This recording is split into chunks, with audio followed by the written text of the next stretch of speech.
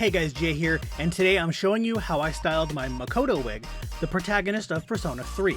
Honestly, this is by far the easiest wig I've ever had to style. I've actually done this one before with a different base wig in 2012, which was even easier because I didn't have to cut anything.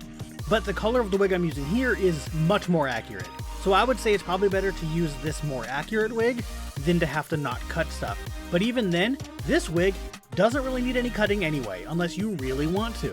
So if you don't want to cut it, you don't have to, you can just do the first part, which is putting the part in his hair. So his hair parts on the left side swooping over to the right, covering his right eye.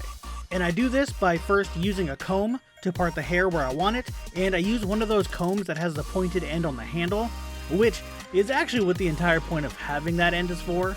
Like, that's its only purpose. It's used in many hairstyles, mostly like braided hairstyles and stuff, to specifically part the hair where you want it.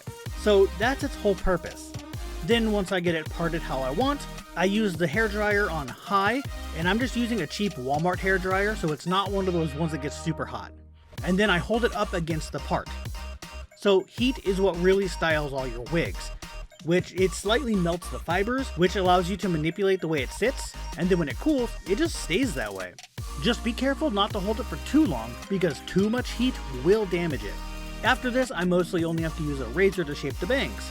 And if you want to do this, please use the tool that I have linked in the description, at the bottom of the description.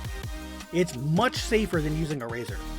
It's a razor, but it's a comb with a razor in it. It does the same thing I'm doing. Please use that instead.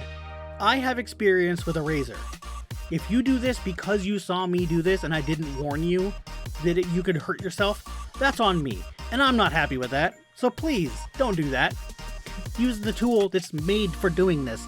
I just have a billion razors, and I'm just not using them because I use utility knives, not these razors. So I just have these. I have like hundreds of them. Anyway, I also cut some of the back at the nape of the neck just to make it a little bit shorter there. This isn't really needed, I just kind of wanted to do it.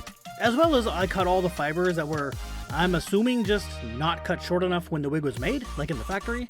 So I don't know, they're like stragglers and stuff like that. Some pieces are a little bit longer than the others, so I just even it out. But anyway, that's the entire wig. And funny enough, I mentioned how this is the easiest wig I've ever done.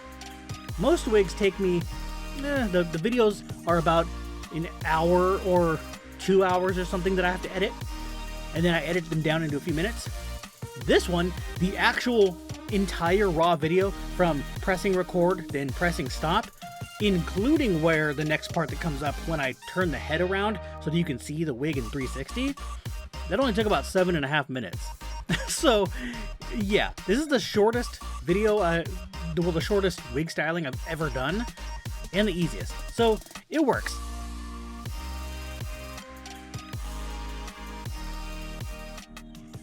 Bring fire.